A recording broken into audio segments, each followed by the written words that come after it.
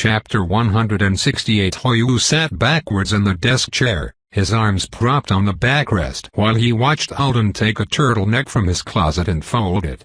"How do you avoid getting lost?" Lexi, leaning against the door frame, groaned. "He tells us he's going to sleep over at Matadero, and your first question is how he finds the place? I need my uniform, too." Alden reached for the hanger. "The wizard who's been healing me is at Matadero. It's more convenient for him if I'm there." Escherty had said it was fine to blame his housing arrangements on Portiloth. "I don't think I'll be staying there much longer." They'd said a few days, and it had already been a few. "And I'm not going to get lost because the system is willing to give me directions if I ask for them." "Nice," said Hoyu. "Next time one of my parents goes there, I'm going to tell them they're no big deal. Even 16-year-olds can hang out at the cube if they want." "What's it like?" Alden stuffed a pair of sweatpants into his bag. "It's pretty normal inside. The parts I've seen, anyway. I'm just staying in a room. There's a cafeteria." Hoyu smiled. "I shouldn't have asked. Mom and Dad can't tell me much more than that either. You're getting away with so much peculiarity right now just because everything else is insane, too," Lexi said. "Everyone's either got their own drama to deal with, or they're distracted by the fact that a girl in our class warned Sleyca about the submerger boat." "Yeah. I need to watch all the news," said Alden. "I miss hearing about Maricel." "How?" Hoyu asked. "It's been everywhere. I was visiting that person Lexi wants me to call my elderly aunt." After a long pause, the two of them spoke at the same time. "At Matadero?" asked Hoyu. "Of course you were." "Undertone I," said Alden. "My elderly aunt was worried about me after what happened and invited me over. It was actually a really good reset." Hoyu laughed at the look on Lexi's face. "Anyway, that's where I've been and where I'm going. Enough about me. How's your family, Lexi? Did you get a chance to salvage stuff from your apartment? Is your boat still on the roof?" Line of asterisks. Halfway between Enzidora and Matadero, 10 meters above the crests of the waves, Alden sat in the center of a green flying platform, watching the horizon. The sun was setting. He didn't want to fly in the dark, so he would have to move on soon. But for now, for these few minutes, there was something about this spot that had made him pause his flight toward the cube. He thought about how he could point the finger with the driving ring on it in one direction and be back on campus with Hoyu and with Lexi. Or I can point it west, and be surrounded by wizards.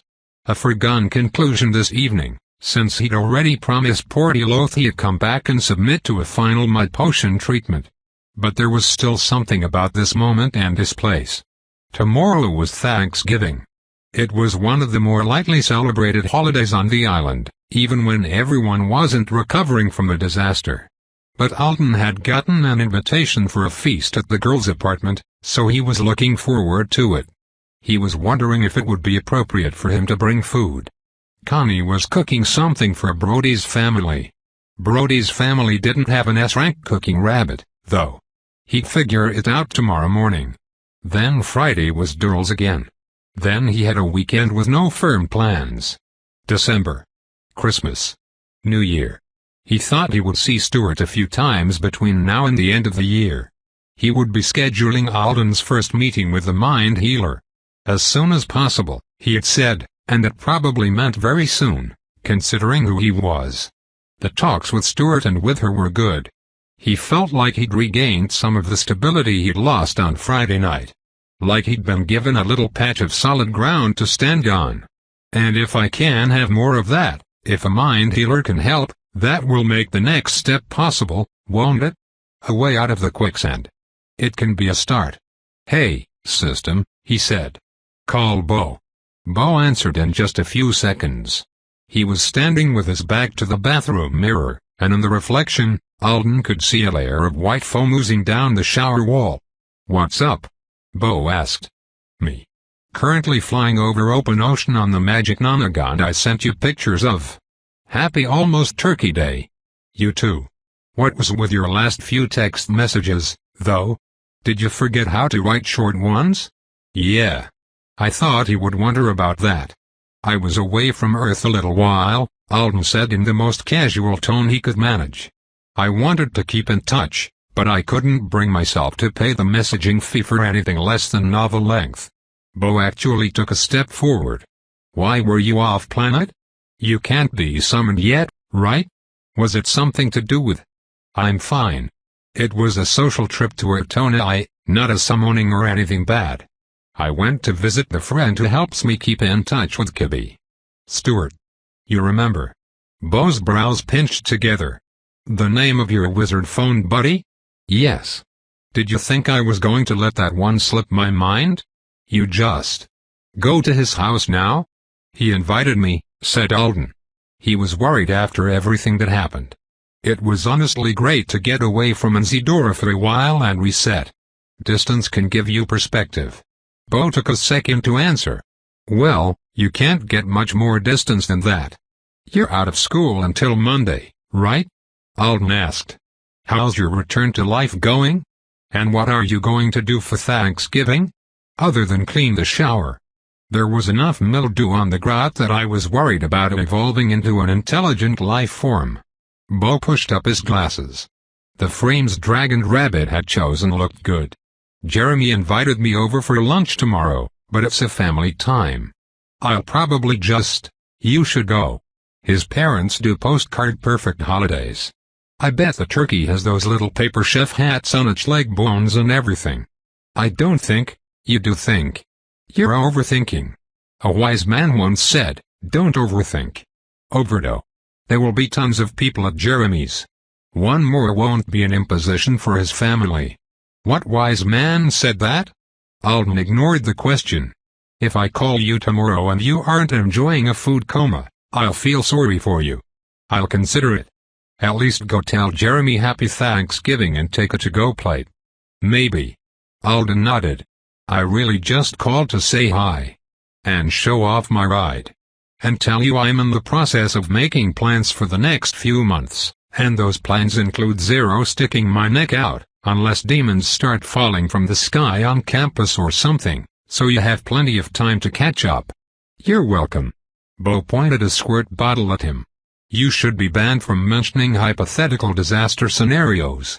Why? Because I'm positive you just doomed an entire campus by saying that. Alden gasped in mock outrage. What do your plans include, if sticking your neck out didn't make the list? I am going to sort myself out up here. He tapped his own temple. And I'm going to try to calm down and make the right choices. About what? Everything that comes with me really, said Alden. The future. Being an avowed. My class schedule for next semester. Whether or not to offer up a dish for a friendly Thanksgiving supper. All equally important. Bo tilted his head. Hey. Was the flood situation worse than you let on? Alden considered putting off explaining again, but only for a moment. It was. I was with someone who got hurt badly, and I thought I could get us both somewhere safe. But it just became more and more impossible with every step I took. Bo didn't say anything. It wasn't like before, said Alden. Adrenaline was a much larger factor in my decision-making. And I had time to get to know the person a little before the situation spiraled out of control. She helped me out, too. The parts that looked too risky or insane now. I wasn't in a state of mind where I could calmly judge them, then. He waited, holding his breath. Just one? Bo finally asked. What? Just one more for the list? His tone was neutral. Yes. Only one. That makes 10, said Bo. Double digits are more satisfying anyway. Alden felt himself relax. You're not counting Gudrun the Great Dane or Tiny Snake. Animals go on a separate list. Good to keep it organized. I do my best. Line of asterisks. Wow. Thank you. Alden was staring at thick brown sludge inside a thermos while Portiloth guided his bare foot into a tub of healing mud. This looks exactly like the potion we're using for my body. They were in his hospital room, and he was sitting by the table that had held Tiny Snake's container. According to his messages, Escherty had decided to invite the reptile to live in his room until Alden returned. so that it wouldn't be lonely. "It is the same potion," said Portaloth. "I'll be drinking Bert. Do you need me to explain to you again why a patient should eat the natural foods of his world when his healer tells him to? No, no. I'll swallow this. Somehow." He took a cautious sip. "Tastes like I'm drinking someone's leftover spa treatment." He wondered how the whole birthright potion experience worked, and why it was different from his previous healings. Escher complained about Portaloth being too traditional, but Alden doubted the complaints were sincere. After all, if the knight had wanted a different healer round, surely he would have just requested one. "An avowed healed me when I was with the quaternary," he said. Portaloth hadn't started chanting yet, so he figured it was all right to ask a question. "And Rhinazet in Chicago, Illinois healed me when I was younger." There seemed to be a lot of ways to do it. "Yes." Portaloth let go of Alden's foot and stood, tucking his lenses into the pocket of his coat with a muddy hand. He drew himself up to his full, and very short, height. "My way is better." Alden would have bet our gold on him saying that. He watched the wizard rub some extra potion on his own forearms. That was the last step before he would start hooting like an owl. "Why is it better?" "If it's all right to ask." "I make your body forget it was hurt. No reversion. Strong starting place for next time you need healing. If someone casts a spell of old wounds on you, none of the ones I treat reappear." He cleared his throat and lifted his arms. "There's a spell of old wounds?" thought Alden. "Let's not ever get hit with that one." He patiently endured the chanting and the sludge. When Portaloth had finished and departed, he sat digesting his potion and tried not to worry about the fact that his stomach was radiating heat. "I could learn a healing spell, couldn't I?" "Eventually." There wasn't one in his book. Maybe after he'd gotten through it. He wanted to pull his Oriat out in practice right now. Visiting Stuart and watching him cast spells had made him even hungrier for it than usual. But he had about a dozen tasks on his to-do list for tonight, and it was already getting late. One thing at a time. What's most important? It had to be the upcoming meeting with the mind healer. Stuart had asked him what he wanted from such sessions, and Alden had explained a few goals he was certain of: preventing the kind of panic attack he'd had on the bus, nightmare reduction, getting distance from the bad shit. He was glad he'd started the conversation right after waking up from the meeting with her. The honesty that felt so natural when he was talking to her had transferred over, and by the time he started feeling embarrassed to be getting into his mental state in detail, Stuart had already mentioned enough personal mind healer experiences of his own that it was like they were discussing an unfortunate shared hobby.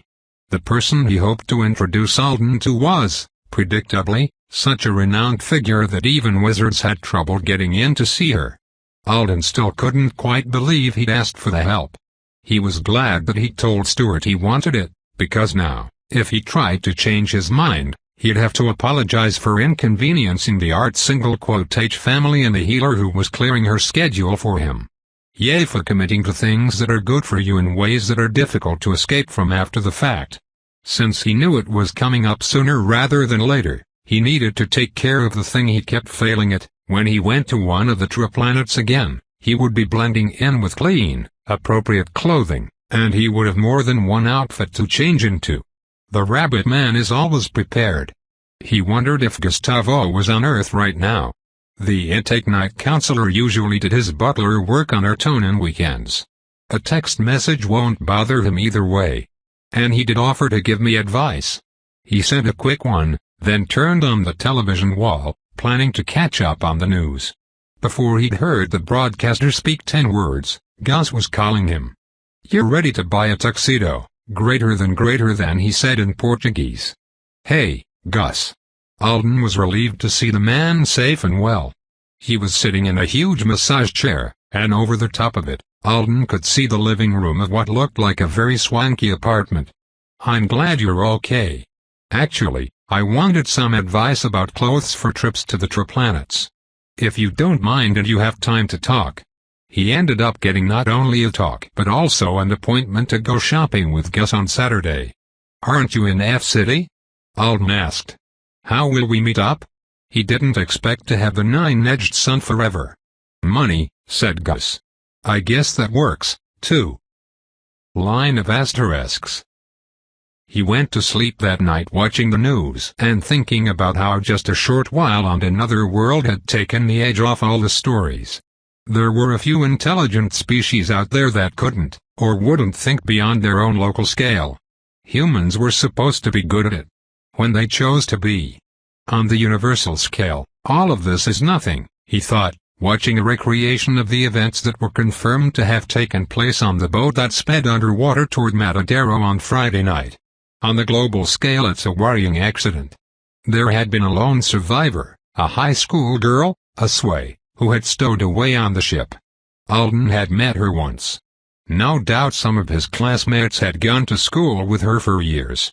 She had given no interviews and was said to be cooperating with both Artonan and Anisidran authorities. The statement released by her family begged for privacy and understanding. Our daughter Mina has no affiliation with superhumans at large. She has been struggling with class regret. You all know how confusing the months after selection can be. The girl's uncle had given an interview, laying into Mina's parents for pressuring her to choose Sway. They were both Sways, and according to him, they insisted on all of their children being part of the community. On the national scale, it's a disaster. Mina was being regarded with suspicion despite officially being held responsible for nothing more than an escape attempt. In contrast, Maricel Alcantara was being hailed as a model citizen, a Globie who had overcome an understandable period of homesickness to begin building a bright, Anisidran future for herself. Instructor Fragment and Principal Sleyca had both praised her for her immediate action. The video of Maricel's eyes widening and her running away from the obstacle course to go report the runaways had been leaked. Supposedly. Alden was sure that if it hadn't leaked, it would have been shared by the school anyway. The spin they were putting on Maricel wasn't just positive, it was heroic. The former Guston admired how well she had adjusted to school and spoke of the difficulty of betraying a friend's trust for the sake of doing the right thing. Fragment asked everyone to respect Maricel's privacy and understand that she was devastated her warning hadn't done any good. She'll be helping me with cleanup for a few weeks, said Fragment, giving off that easy strength and calm candidness that Alden liked about her. I hope some hard work will help her take her mind off the terrible way it all played out. It's us adults who failed, not her. If you see us around your neighborhood, be sure to give us a smile and a wave. It's a tough lesson to learn that you can't save everyone, and she's getting it too soon in her career. Alden thought it was great that they had Maricel's back and were making sure she didn't get fed to the wolves for something that wasn't her fault. Probably, the hard spin was a necessary part of that. But watching it play out when he was a little too in the know was strange. All the inconvenient truths about Maricel were being carefully reframed, and all the convenient ones had been polished and gilded. The Maricel everyone was talking about was not the conflicted one who had confessed to Alden outside Rosa Grove Mall that she was worried she might have ruined her friend's chances of an escape needlessly. And there was definitely no mention that she had been trying to come up with safer ways for him to escape for at least a couple of weeks before the accident. One brute, interviewed in the street while she hauled a roll of wet carpet to a disposal truck, said she hoped Sleyca guard would formally apologize to that sweet ground-shaper girl. She did everything right, treated Anzidora like her home even though she's only been here 3 months, and they dropped the ball. Sleyca was catching hell for having advance warning and failing to find the boat in time. Public opinion about the doomed vessel's passengers was more of a mixed bag. But the fact that there was a boat with a dangerous magical device on it in the first place had to be someone's fault. So far, Orpheus, Vora and Sal were taking the lion's share of the blame. The man who had reportedly turned the boat toward the cube was in his late 50s, though he didn't look it in pictures. Acquaintances described him as a little peculiar since he'd come back from a long assignment on the Triplanets years ago, but overall, they thought of him as a harmless person. A few people said that he was scared of the cube. One of his neighbors said he was a kind, shy man and blamed the captain of the boat for manipulating him. He saw a powerful Avout who was easy to use, and he thought he'd take him to those Sal lunatics like he was a living weapon. Will was as strong as any rank object shaper I've ever met, and he'd do just about anything for you if you asked him to lend a hand. Those people murdered him. He's a victim more than anyone else on that ship. That wasn't the popular take, but maybe because Alden had a lot of empathy for people who came back from the triplanets feeling jumpy about demons, hearing it drained what was left of his anger. As for the others, it was too unclear what they'd thought in the hours leading up to their deaths. Mina's wizard-confirmed testimony gave them a lot of details about what had happened on the boat, but that was the last domino in the line. And nobody could seem to figure out where and why the first had fallen. Orpheus Vora didn't remember, and Jacob Moore couldn't talk. Here, on the national scale, it's a disaster, Alden thought. And it's political tinder in other countries. All the American channels wanted to talk about was the fact that Jacob was formerly American, and his father was a pre-Xixter. Basically, they were the flavor of alien hater who thought deleting the system, severing Earth from the rest of the known universe, and rolling back the timeline to 1959 was the only way to make life truly human. Pretty French stuff. Alden saw that clip of the Jacob's mother again. They kept playing it, the one where she failed to hold back tears while pleading with people to believe that her son wasn't a killer. He turned the television off. On the personal scale, he thought, it's a tragedy. The distance and angle from which you observed a moment changed the story. Like when he'd been shown the different views of himself on that rooftop, about to be crushed by the wave. He wondered what the primary thought of it all, if anyone had even decided to bother him with the news yet. He wondered what was going through Maricel's mind. He'd sent her a simple, "Hope you're all right," and she had answered with an equally simple, "I'm okay. Thank you." He wondered about Joe and Principal Sleyca and Asherty. He even wondered about the wizard who had decided, for some reason, to make a more powerful, longer-lasting fragile atmosphere than their people's contract with Earth required. That was what the Artonan said had allowed Mina to survive, magical craftsmanship beyond the standard. One of the SAL members on the boat who'd used her own signing bonus hadn't made it. What scale was that wizard thinking on? What angle were they looking from? It could have been anything. I am saving someone's life. I am showcasing my pride as a craftsman and an Artonan. I am following the path of Hieronis. Or, maybe, I am thinking about the universe and how fragile all of us are. One day, the about who wears this might be needed. Line of asterisks. Psychodash.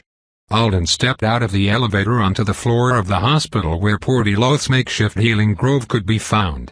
He was going to return the potion thermos to the healer with his thanks and never speak to anyone of the giant fart that had scared him awake from a peaceful slumber at 4 a.m. I needed to get up early anyway. He had decided that having a special diet tilted him farther into the bring a side dish category than not. And he kind of wanted to make it feel like a real holiday. It looks like it's vegan if you leave out the bacon grease, Connie said. She was on the sofa with a bottle of coffee in one hand and her mother's recipe book in the other. Alden had woken her up and asked her to look through it for him. Lima beans, corn. Yummy? Alden asked. Looks like it to me.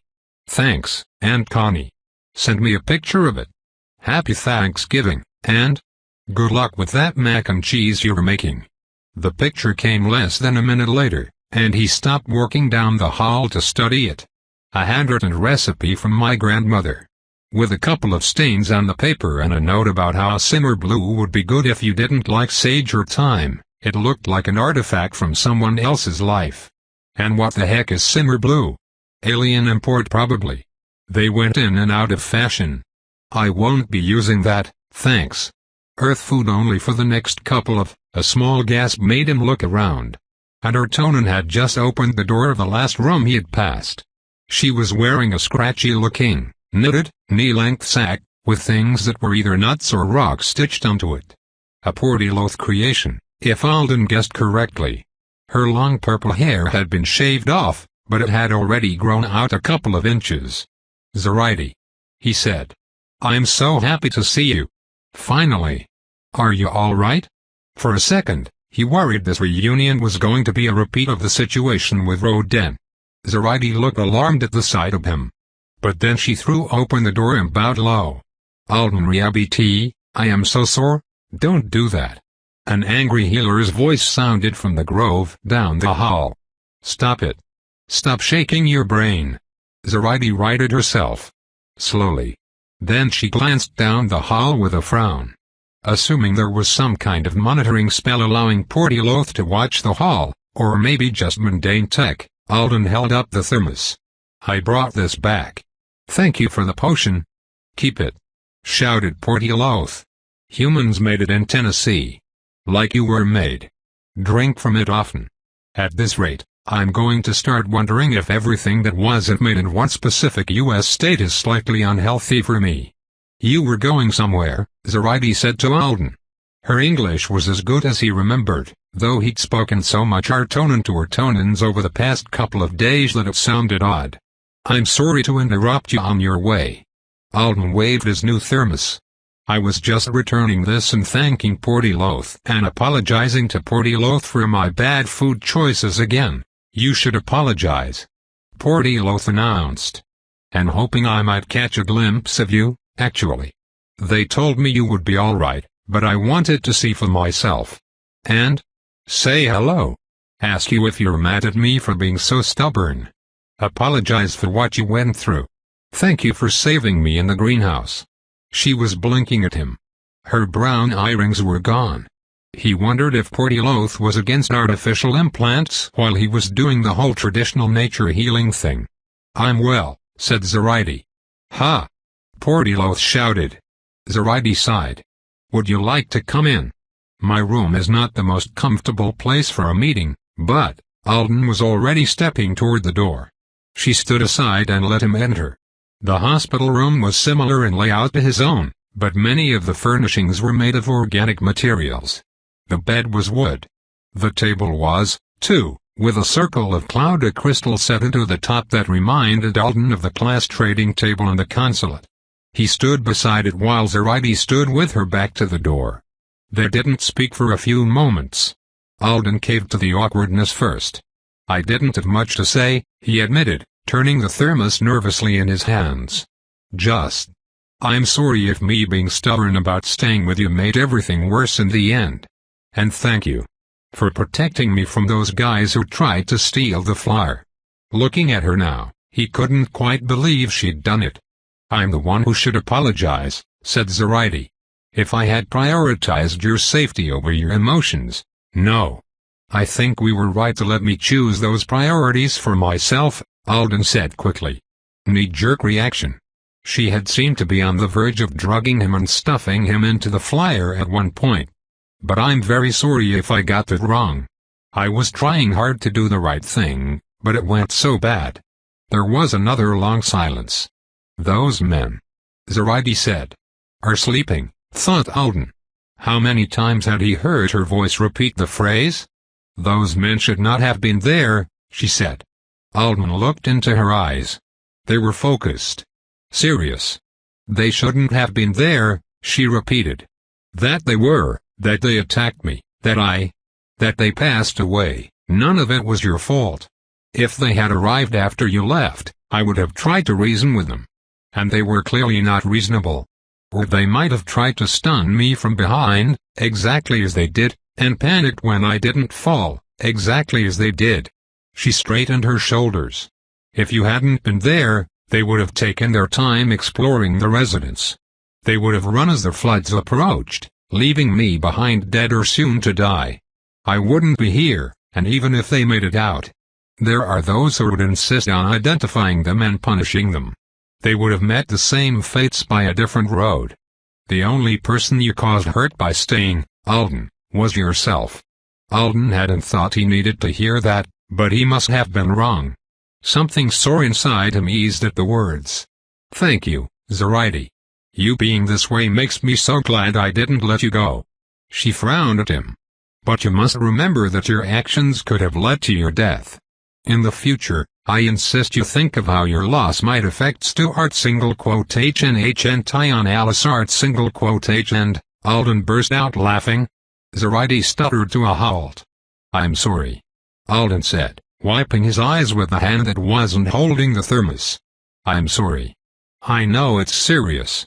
But you should have seen Stu's face when I told him you kept trying to force me to stay safe by mentioning his name.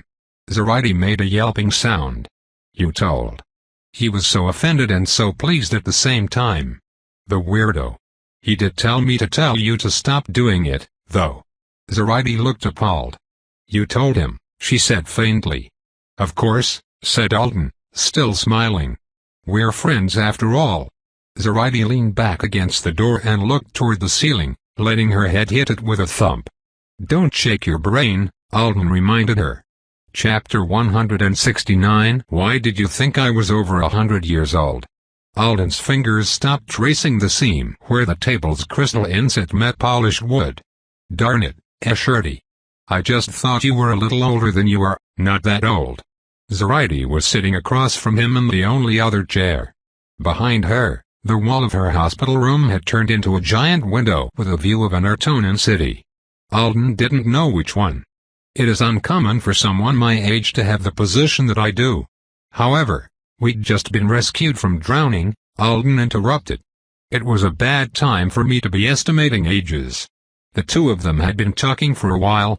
At first, they'd apologized back and forth, but the trading of, sorry for this choice I made that might have almost killed you, and, I don't think you should be sorry for that, but I'm sorry for, had become undeniably ridiculous. So they'd just stopped. Lacking any tease, Zoraide had presented Alden with a bottle of orange juice that she had taken from the cafeteria last night. Portiloth had caught her with it and told her she couldn't have the fruits of foreign worlds yet.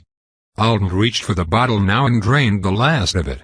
The conversation they'd had since they gave up on being sorry at each other had been informative for him. Zoraide had strong opinions, covered by a veneer of professionalism and propriety that wasn't that hard to break through. At least not as far as the subject they'd been discussing the most was concerned. So Ambassador Bashnor delayed telling me about my planetary evacuation priority and all the procedures associated with it just because he's offended that Alisart H gave a human rehab a commendation. And the idea of having to congratulate me irritated him. Alden huffed. That's crazy and petty. He definitely sounds like a piece of shit. He conducts the duties of his current office with more of a concern for his personal agenda than is normal, Zoraide said primly. Whenever she reached for her ambassadorial assistant mannerisms, the effect was undermined by her healing outfit. It was hard to look serious when you had things that resembled walnuts stitched to the knitted sack you were wearing.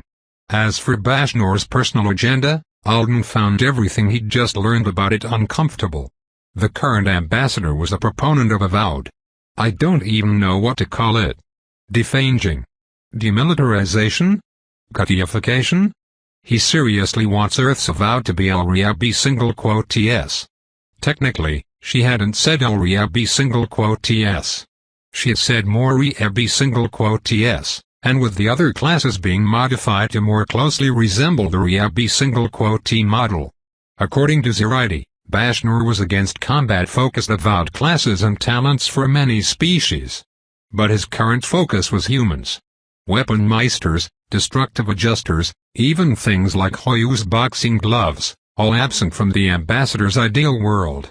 Instead of the interdimensional warrior's contract, he wanted the triplanetary government's relationship with human avowed to be something utterly different than Alden was familiar with. What would the farewell letter from your home country look like if there wasn't even a possibility that you could fight chaos? Instead of that line about using our extraordinary gifts to protect and serve the known peoples of the universe, I guess we would just get one about assisting important wizards with their important work. Oh, but there probably wouldn't be an Anzidora if everyone was more harmless. So no letter. You're still recovering, and this is upsetting to you, said Zoraide. We should talk about something else. Alden leaned back in his chair and crossed his arms over his chest. No, I'm not that upset. It's not like he's going to actually be able to do it, right? Zoraide started to shake her head, then stopped. Of course not. Some members of the wizard class will always push for more avowed with the specific abilities that would be useful to them personally, as well as for more access to those avowed. And others will always push against them in favor of what they believe to be better. Compromises will be necessary. Rabbits, thought Alden.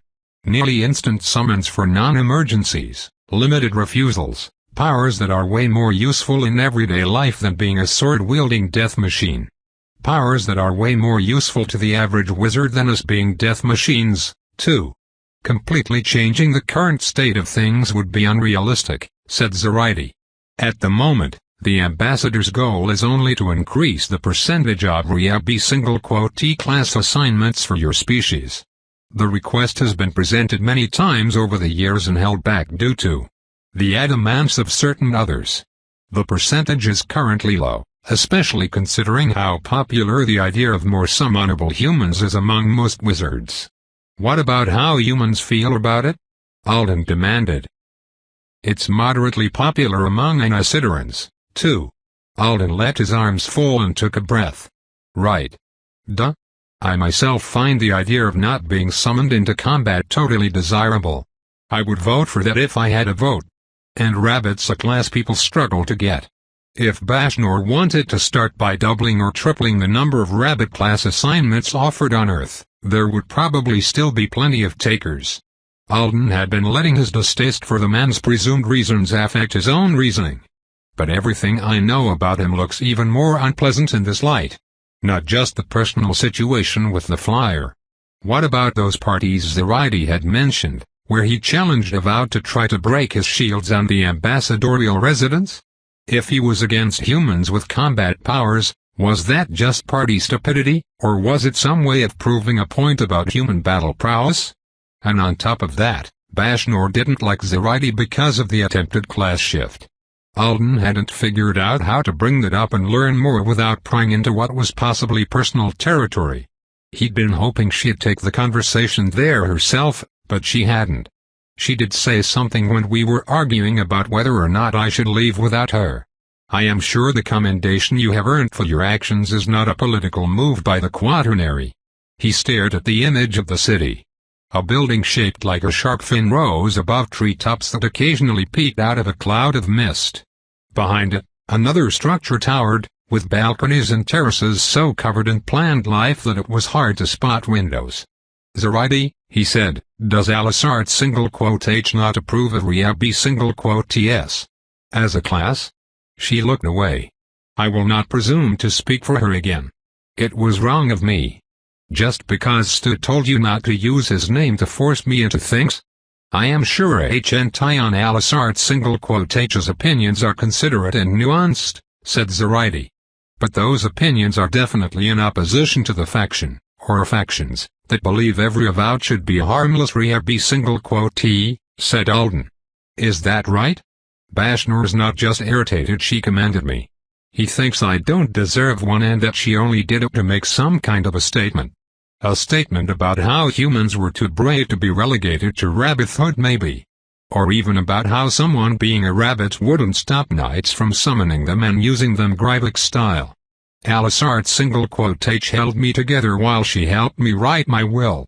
And Bashnor imagines that while she was doing that, she was busy thinking about how to use me to stick it to him and whoever else thinks like him.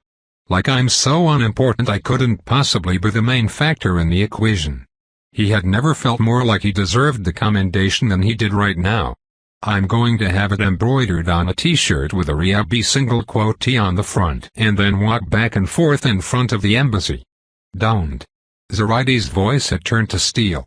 Alden felt his indignation fade as he took in her expression. I wasn't that serious. Take him seriously. Anzidora is now full of wizards who Bashnor will often be busy with, and Ashurti has made it very clear that he is invested in your well-being. It's not worth it to the ambassador to remain offended by your commendation, so he won't. But if you ever meet him, be what he expects a REAB T to be. He is intolerant of slights from those weaker than him. And he is prone to pleasurable excesses that sometimes make him lose his fear of consequences. Alden's seat suddenly felt a lot less comfortable. I wish you didn't work for someone like that. He'll be gone soon enough, said Zoraide. And I have chosen to be here on Earth surrounded by Avowed for my own reasons. After a minute of casting around for a more light-hearted thing to say, Alden found something he did want to ask her. It might be more creepy than light-hearted, though. When it's alright for your brain to get shaken a little, can I? No, never mind. What is it? I'm sure it's not really necessary. Please ask, Zoraide said, her smile returning. I want to be of assistance if I can. Behind her, the shark fin building was extending a large balcony from one of the upper floors. I'm trying to learn about my skill, Alden said hesitantly. And it was working more thoroughly than usual when I carried you. So, can I pick you up sometime? Zoraide looked startled. Of course. If you think it would help you to train your abilities. And maybe I could drop you over and over on a mat to see if I could make the no-hands thing happen again, Alden thought. He decided to wait to mention that part of the idea. Line of asterisks. After leaving Zoraide's room, Alden headed toward the cafeteria. He was hoping that the place would be mostly empty and Kabir wouldn't mind loaning him a corner of the kitchen for his cooking endeavor. The din he heard before the doors even opened let him know it probably wouldn't go like he'd planned. The cafeteria was wizard-packed from wall to ocean view window wall. It's the crack of dawn, thought Alden, nodding and smiling at anyone who looked at him while he skirted around the edge of the space to get to the kitchen. I guess they've aligned themselves with an Earth-based schedule while I was away, and this is first meal before they go to work.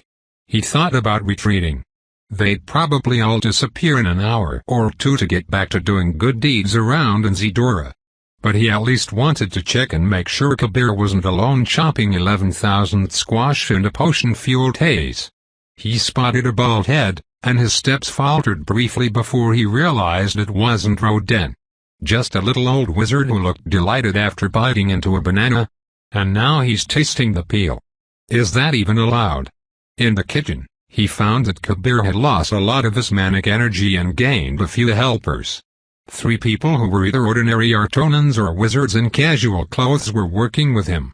Judging by the lack of spell casting, Alden was assuming they were the former. I've never seen that many eggs in my life. Kabir was cracking 2 at a time into a huge steel bowl that was already full to the rim. Do you need another pair of hands? Alden asked. No, Kabir said teretely. We've got it.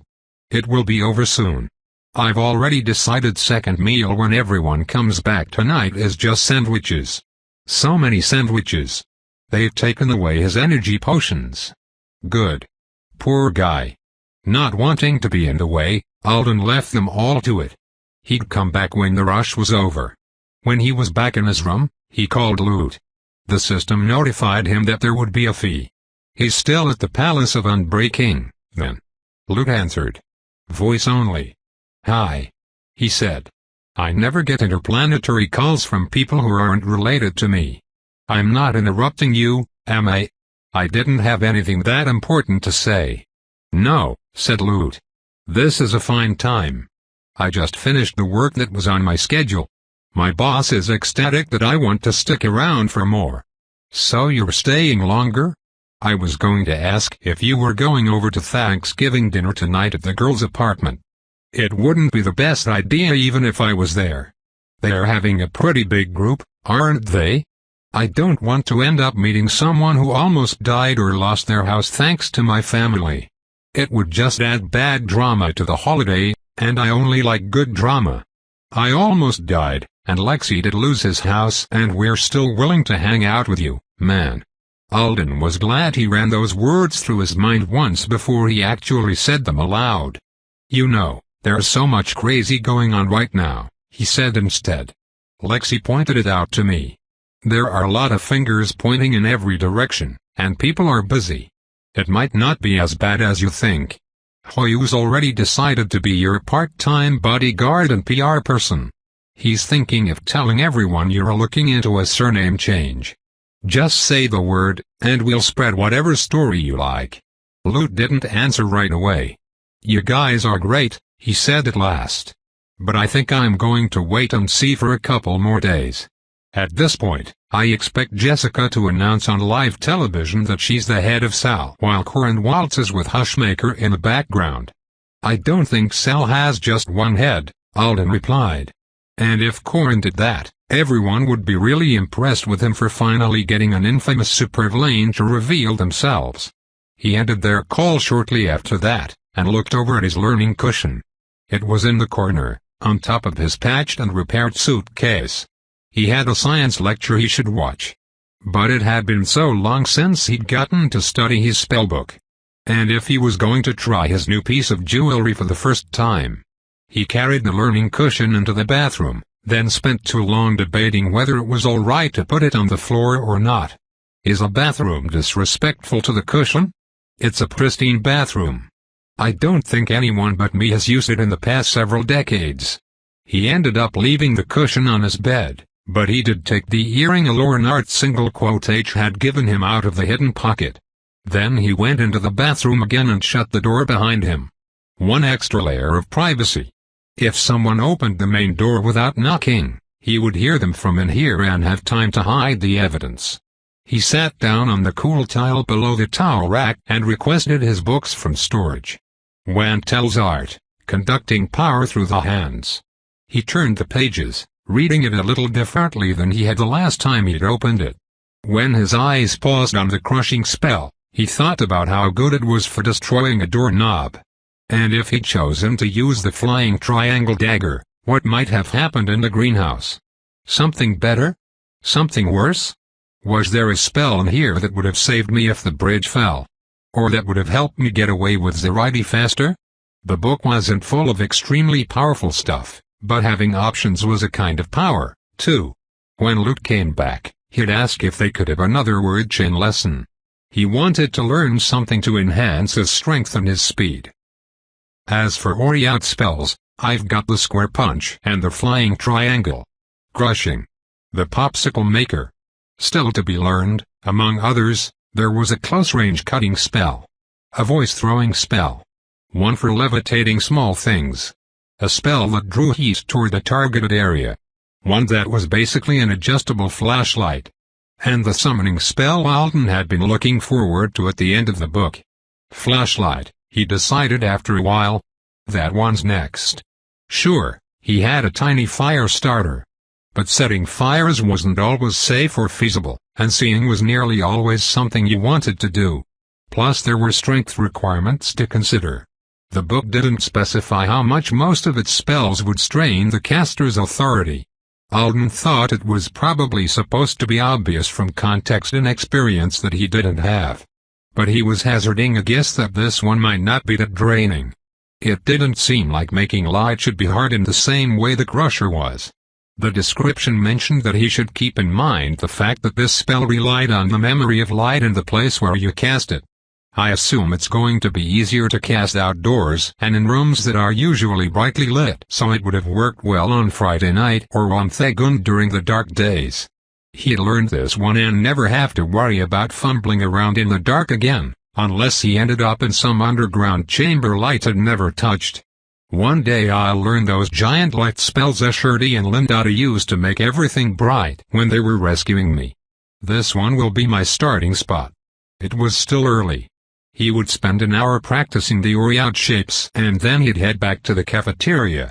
He stood up, earring in hand. Watching himself in the mirror over the sink, he touched the thin tip of the pale clay spiral to his earlobe. That's strange enough for sure. As soon as the tip touched flesh, before he'd applied any pressure, his ear pierced itself in what he assumed was the exact spot Lornart's single quote H had chosen. A single drop of blood beaded there, and the earring absorbed it. Blood sacrificed to the knowledge spiral. Wonder if Gorgon would approve. He pressed it through, then examined himself. I don't think I'm an earring person. He sat back down and opened the book to the spell he'd chosen. His Ori-out slipped down his arm and into his hand. Line of asterisks. The first drawing of a pair of hands wrapped in string caught Alden's eyes in a way it never had before. He leaned closer. Whoever drew this did such an amazing job. The way the Ori-out is twisted there. And that little loop around the tips of the pinky fingers. I can tell just from the image that I'm going to need to control the way the Ori-out sticks right there if I want to be perfect. And he did want to be perfect. He'd been hungry to learn a new spell anyway, and now that he'd picked one, he could just sit here and enjoy himself and learn. Alden was slightly obsessed with his Ori-out and the way casting made him feel.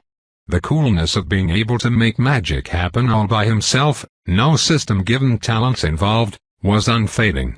So he had never had to force himself to study this material. It was already a treat. But with the earring, he was suddenly getting the best scene of your new favorite movie dopamine high just from reading the first lines. The logograms, the freaking logograms, were so interesting. The way the author had spaced them indicated where the mind should pause and digest concepts, of course. But although Alden had been aware that spacing could be used artfully, he had never had the inclination to appreciate it before. Now he did, and he found himself studying harder, desperate to memorize the logograms and grasp their meanings as fully as possible so that he could appreciate the beauty of this instructor's teaching style. When he finally turned the page, he felt an actual rush of excitement. And then on the next page. And the next. It felt like he hadn't been at it for long at all when Bo texted him. He'd sent a picture of a roll loaded with turkey and stuffing. "Happy Thanksgiving," said the message. "This is dessert. It should finalize my food coma." He went to Jeremy's, Alden thought, emerging from his study haze. "They're having a pretty early lunch, aren't they?" "Good job," he replied. He smiled and started to go back to his book, before suddenly realizing that it was less likely Jeremy's family was having a Thanksgiving brunch and more likely. He checked the time. Shit. Really? It was afternoon. He'd been studying for more than 5 hours. Alden scrambled to his feet, almost stumbling because he had been sitting still for so long that his butt had gone numb. Stuart's mom doesn't play around when she makes a study aid. Maybe you weren't supposed to use them for things you didn't have trouble focusing on to begin with. If Bo hadn't interrupted, Alden would have happily sat on the bathroom floor until midnight. He pulled out the earring and took a look at it. "You're amazing. I will keep feeding you my blood. But maybe not without setting an alarm first." A Lornart single quotage probably deserves a thank you note, he decided a few minutes later. That's what you do after you use a gift someone gave you for the first time and find out that it's even better that you realized. He had left his room, and now he was walking through the empty hallways of an empty hospital, in a giant cube that had been built for some dark day that hadn't yet come. But he couldn't focus on the uncanniness of Matadero when he felt like he'd been enlightened. He remembered everything he'd read, every finger position he'd eagerly tweaked to match the drawings, every logogram and its definition. It wasn't like he suddenly had photographic recall. Instead, it was the kind of remembering that came because you found the subject inescapably interesting and you couldn't not remember. Forget Thanksgiving. Forget school. I want to go lie in front of the toilet and absorb knowledge. And he actually had forgotten school. He'd had tentative plans to make his Kodesh early so that he could attend our tone and conversation class, even though he didn't have to anymore. Kelly the grad student seemed like she'd be fun, and he wanted to see how she taught the class. So much for that. When he made it to the cafeteria, he found it empty except for Kabir, who was sitting at a table mounted with dishes and trays. The chef was just drinking a cup of coffee and staring blankly at the mess. Alden wondered where his helpers had gone. "Couldn't bring yourself to serve wizards on paper plates?" he asked as he approached. "I'm having some regrets," Kabir said woodenly. "Want me to do the dishes? I'm seriously thinking of throwing them into the sea and then buying all new ones for second meal tonight. He's burned out." Alden stood by a stack of plates. The one on top was covered in what looked like honey. "Actually," he targeted the chef. "Do you mind if I take this plate?" Kabir gave him an agreeable-looking wave. Just the plate, thought Alden, focusing on the white ceramic. Only the plate. He picked it up, preserved it, and flipped it over. The honey and crumbs dropped off and hit the plate that was next on the stack. Alden unpreserved, sniffed the plate, then ran a finger over it. "Yep," he said. "Clean and dry. Not sanitized probably, but I don't think that's a problem for the wizards."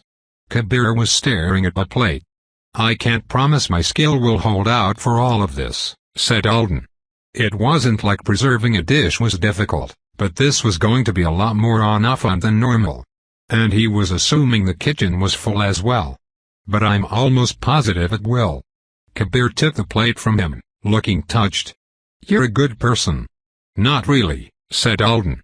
"I'm greedy and want you to let me have a burner on the stove and some ingredients.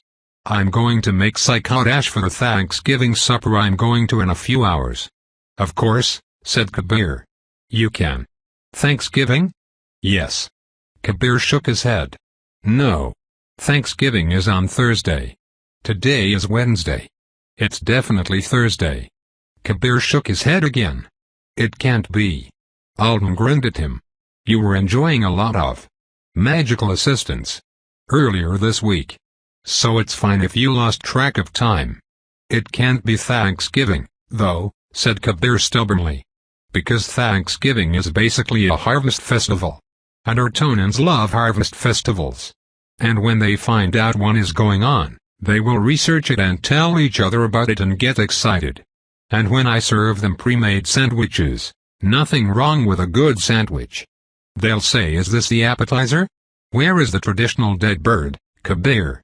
Where is the pig with the apple in its mouth? That's not even a Thanksgiving thing, is it?' And I really don't think they'll be that unreasonable. Most of them seem excited just to be on Earth, and they've been eager to eat anything you put in front of them so far." "Kabir, where are the bowls of your croutons?" the chef continued. "When is the cranberry sauce with orange zest coming?" He was rising from the table, his eyes gaining a wildness Alden had last seen on that first meeting, when he'd had a spell set up to watch the elevator for demons. "You're right," Alden said quickly. "It's not Thanksgiving. My bad. I was confused." "System, what day of the week is it?" called Kabir. "Oh well. No worries," said Alden, as he watched a man's spirit crumble. "I can help with the dishes." Chapter 170. And one of the hover ferries donated by Sleyca in Low Scholar City, Artoni, has been in service since yesterday. If you haven't seen it yet, it's stunning.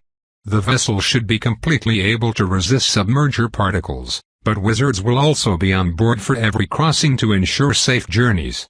The modifications to the second ferry will be finished soon. It's due to be teleported in Sunday evening. Thanks for listening to the morning news with us. That was our last story for today. Our extended coverage of the disaster will continue tomorrow, and we'll be having a discussion about the proposals for the new span. We know we're getting a rail connection. Why stop there? How can we make it even better than before? If you have ideas, call in and let us know. We'll also hear from Dr. John Singh, who lost his home and office in the floods. He'll be telling us how he approaches these stressful times and how you parents can explain it all to your children. Now, greater than. The woman's peppy voice was suddenly joined by the first notes of a fast-paced song. We have the latest from Sona and Yodel. They are in the middle of their world tour, but home is on their minds. They've decided to donate all of their profits from 2040 to the rebuilding. So you can feel great about dancing to this one, and Sidora. Happy Thanksgiving. I'm Rasama, and this is Radio Above. Greater than. The chatter ended, and the cafeteria at Matadero filled with a voice singing in Punjabi. A metal tray sailed through the air, and Alden caught it. Preserve just the tray, he thought. Flip. The last bit of a banana peel fell into the trash can beside him. Then he unpreserved and added the tray to one of the clean stacks on the table at his back. "No," Kabir was saying to whoever he'd just called. He reached for another dirty plate and tossed it gently to Alden. "I don't understand why it's impossible to get pre-thawed turkeys. It's Thanksgiving. You're a grocery store. I'm willing to pay whatever. Yes, I know I should have prepared in advance for a large gathering." The next plate flew a little far to the left and Alden almost overturned the trash reaching for it. He managed to snag it out of the air and preserve it in the same instant. "What about chickens?" Kabir asked in a desperate voice. "Maybe you have some very big ones?" Alden caught another plate. They'd started in the kitchen with the worst of the dishes, and with a more verbal cleaning system where Kabir chanted, "Take it, take it, take it." For Alden, and between searching through supplies and trying to formulate a plan, Alden had become a connoisseur of falling food visuals over the past half hour.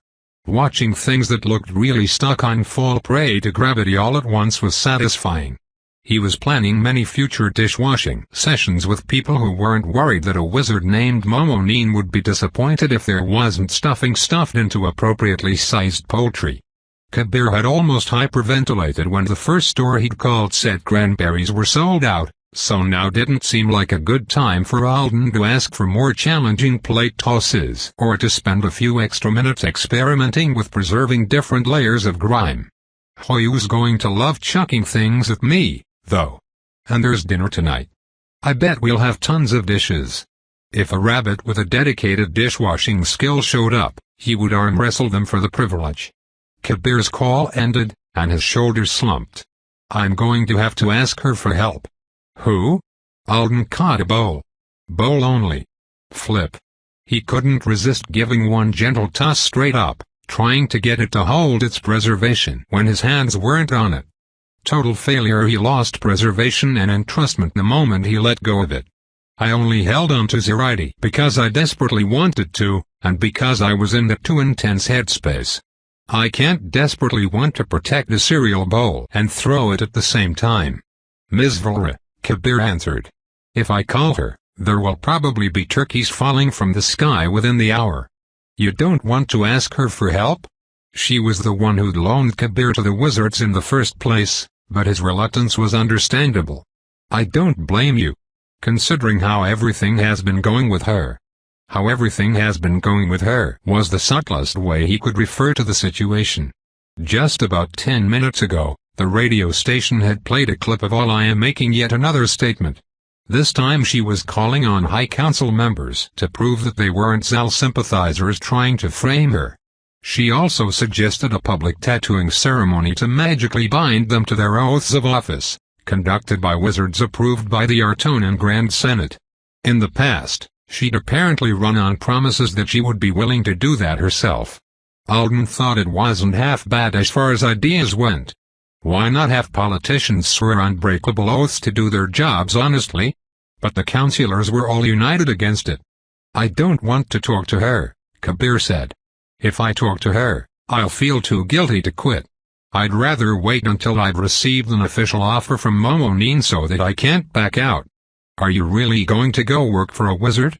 I've never wanted to before, but now I have an inbox full of messages from people who want to know what I know about Libra, Orpheus, magical water, and Aliavilra. Like maybe people stand around discussing their plans to blow up Matadero while I'm mincing garlic. The woman I went on a few dates with last month called to say we shouldn't see each other. Getting away sounds fine now. Momonine seems to be part of some kind of anthropology club. She said they could hire me for almost a year. Utensils clattered as he swept them onto the last tray and walked over to present them to Alden. Do you think it's traitorous of me to abandon ship when Ms. Volra's in trouble? Kabir asked. Alden was trying to pick up 6 forks at once, defining them as a single set in his mind. He managed it, but when he shook them, some of the food was still stuck. HMMMMM. Can't hold a conversation and perfectly define a stack. He dropped them back on the tray again and went for a single one. I don't think you're a traitor. She's just your boss, right? Kabir shook his head. The line blurs when your boss is Aliavilra. Most people imagine she's horrible to work for, but she is not. Demanding, impulsive, impossible to reason with, yes. She'll wake you up at 2 o'clock in the morning to have you make cookies. Half of her family. No, more like 80%. I have wanted to poison them before. That sounded less joking than Alden thought it should. But Ms. Volra pays very well, said Kabir.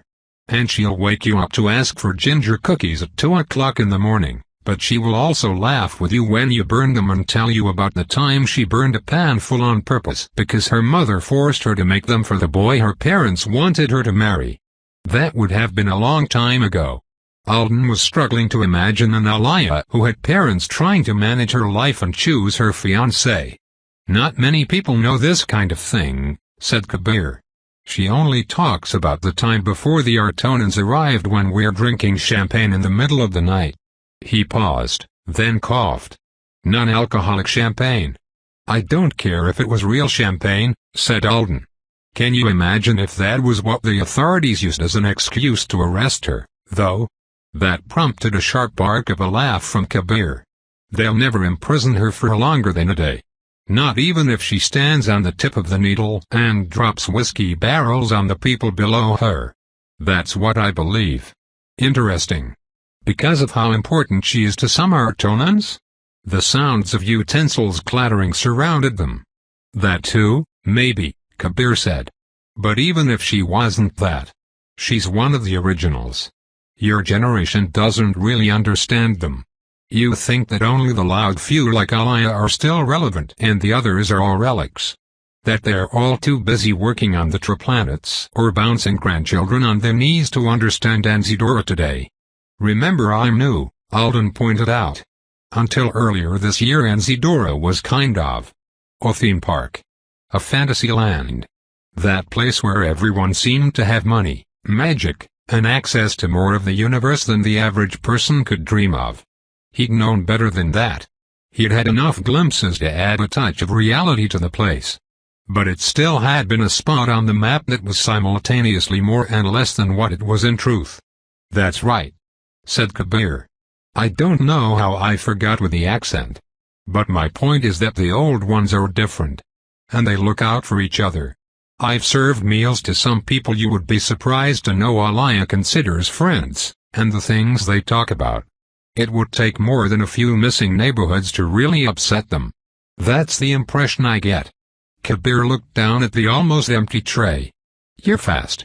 This is great for me." Alden grabbed a spoon. "You holding the tray out like you're presenting them to me is enough right now. It's good to know things like that." They were almost finished. "America," Kabir said. "You're from there. There must be so many turkeys in America right now. Just lying around. But locating them and getting them teleported in. I don't know how to do it. Most of the Artonans won't be back until night, and the sun sets late this time of year. But it's still not possible." An idea came to mind suddenly. "I could ask my friend Natalie. I'm sure she's got a turkey." "I can't take your friend's turkey. And just one wouldn't be enough to feed all of them." "Yeah, but Natalie's turkey would be loaded with holiday spirit. Literally. She's got cook of the moment. You could add little pieces of it to the sandwiches you were planning on serving before you realized what day it was, and everyone would get a taste." "Cook of the moment? In that case, I definitely can't take your friend's turkey." But he looked interested. "I could buy it, though. If you think she would be willing to sell it. She's business-minded. And she's very interested in working on the triplanets.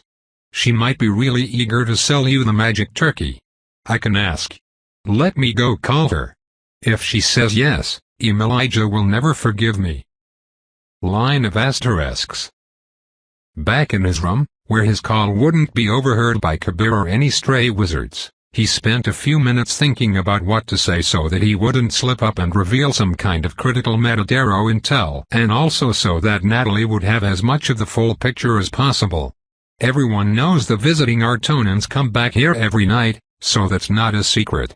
They have the polite fiction that they're working on the facilities, so I won't say anything to contradict it. But the fact that they must consume food isn't exactly a secret either. I literally can't think of anything about the dining arrangements that should be kept private except for the location of the cafeteria. And when he explained why he was here, he would use Portiloth as an excuse again, just like he had with Hoyu and Lexi. Planning done, he called her. She answered right away. She was standing in her kitchen, dressed in one of the chef's jackets the students in the culinary prep program were assigned. "Hey, Natalie," he said. "I have a request from another chef." Giving her the rundown took a while, but when he got around to asking if she might be willing to part with a turkey, she said yes before he could get the whole question out of his mouth. "Are you sure?" He watched the messy blonde bun on top of her head shake as she aggressively whisked something in a large steel bowl. "You can take longer to decide if you want. Kabir is hoping your turkey will bring the meal together, but it's not like anyone will go hungry if you say no." "Of course I'm sure." Natalie beamed, and her dimple deepened. "This is so exciting, Alden. I've been nervous about cooking professionally for wizards for the first time. Now I'm getting a trial run. And I know the turkey should be good. Really good. I set timers so that I could wake up and use my skill on it every chance I got while it thawed. And it will get plenty of doses while it cooks, too. I'm basting it with herb butter and with magic. I bet it's perfect and the people who taste it will love it, said Alden, leaning forward in his chair. About payment. The chef who wants the turkey is well off and the person who donated the chef to Matadero is hideously wealthy, and there's got to be a generous budget for a wizard feeding on top of all that. You can name your price, and you really should because, nothing, said Natalie. Her golden eyes had gone round with surprise. Obviously. It's Thanksgiving. And the Artonans came here to help. But you've been working on it so hard. You're positive? That tall, bald wizard caught some of the avowed who threatened us on Friday night. And they're protecting the ferry that Elijah used to get here. And Cafeteria North's serving turkey today anyway, so I don't think anyone who comes to my dinner tonight will be that upset if we just have side dishes. They are usually the best part. Whoops. She'd whisked too hard and something that looked like it might be whipped cream had escaped from the bowl. That big bald wizard. Alden bit back the urge to say he hoped those bastards Rodin had caught with his invisible staircase spell were still crying like babies while they climbed toward outer space. As well as a simultaneous urge to describe Rodin's true character in unflattering detail. Telling her he knew the bald general was a long conversation for another day, and it would ruin the mood. That's really good of you, Natalie, he said instead. What time do you need the turkey? I was timing everything to have it ready a little after 6 o'clock, but I can adjust. And how do I get it to you? She asked. So turkey is a go. Cube meal delivery logistics. Let me get back to you on that. The grocery deliveries probably get teleported from the TC to us here. But your food deserves a guard. She laughed like he'd said something hilarious. I'm serious, said Alden. It can't go sit in some pile at the TC or travel with a hungry wizard. I saw two Artonans gulp down a dozen servings of trifle by themselves. Some random TC employee might catch a whiff, and the next thing you know, the turkey would be missing a drumstick. I'll see if I can make arrangements to come get it myself. She was still laughing. I'll guard it with my big knives until you get here. He nodded. And then use your big knives to guard me from Elijah and Hadassah. After she was gone, he sat for a while looking at the thermos Portiloth had given him. Made in Tennessee. Such a minor detail, but he actually had to find a cup made in the right location just to serve me potion in. He set the thermos back down and headed toward the cafeteria. On his way through the residential area's lobby, he took a moment to appreciate all the signs of effort that he'd only glanced at when he passed through earlier. The projection screen was displaying lists of spells. He assumed, based on some of the names, that they were spells that had been found useful for decontamination. There were funeral programs laid out on one of the tables. And when he walked over to another table and looked inside a box labeled Repair These, he saw human personal possessions, a water-damaged photo album, a broken watch, a bag full of painted shards. Plus, a honeydew melon with strange symbols drawn on it was sitting on one of the sofas.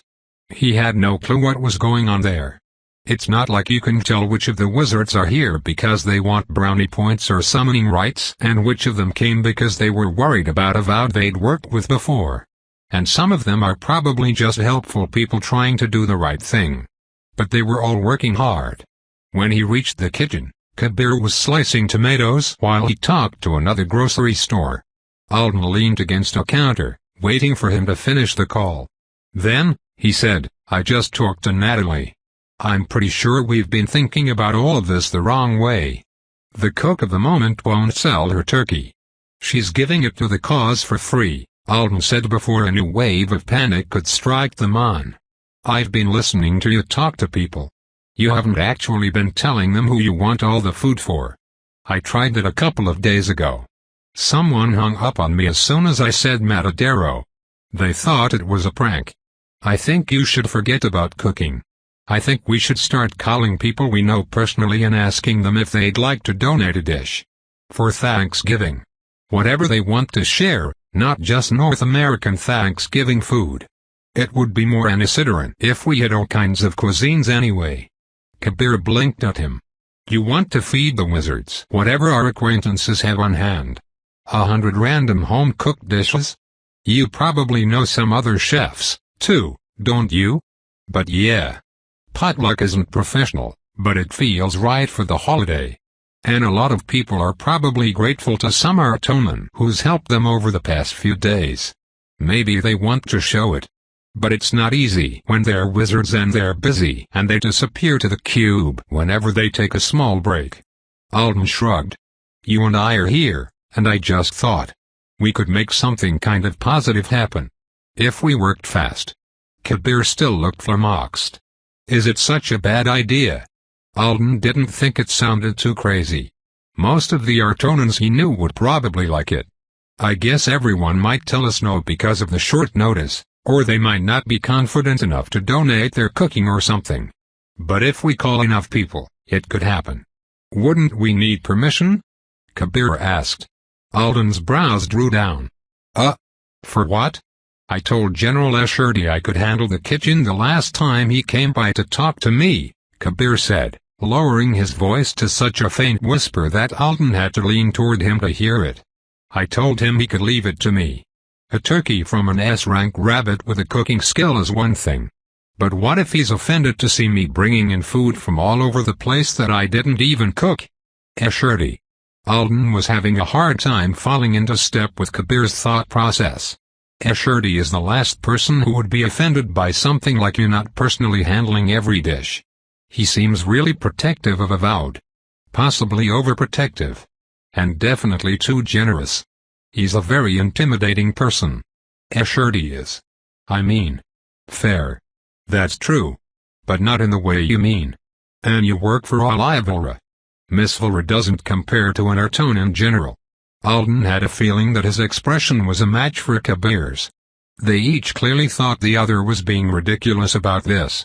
I'll explain the potluck to the HN Tyons, Alden said, forcing maximum confidence into his voice. And they're going to think it's fine. I promise. How are you going to find them to talk to them? If they're not in their room, I'll just text Escherty. Kabir squinted at him. Are you serious? Yes, Alden said. I've talked to Escherty several times. Even if they don't like the food for some reason, they are not going to be offended. I swear. He waited for the chef's final verdict with a small and unexpected case of nerves tightening his stomach. He'd just had the idea, and the idea was only a fun way to do supper. But it felt right. It was nice to imagine Portiloth, Lindora, and Escherty eating human foods made by humans who were glad they were here and understanding that people appreciated them. I could even freeze a plate for Zoraide, for when she's off her restricted healing diet. And Rosciata. She needs a plate too. He envisioned himself fixing one, calling her name, and then watching as the food disappeared into thin air. All right, said Kabir. Really? I'll start by calling some restaurants. I'll start by calling some of my friends. They looked at each other. This will be interesting, said Kabir. Do you think we'll have enough food? Alden asked. We've left it pretty late. There are always the sandwiches. They both nodded. System, greater than said Kabir. Call Zhao? Greater than. Alden was already calling Hoyu. Cool, he thought. This could actually be cool. Hi, Hoyu, he said as soon as his roommate answered. I thought you and your parents might like to know we're going to have what's probably the first ever Thanksgiving potluck at Matadero, and we're taking food donations from anyone who wants to offer something. Tobe continued.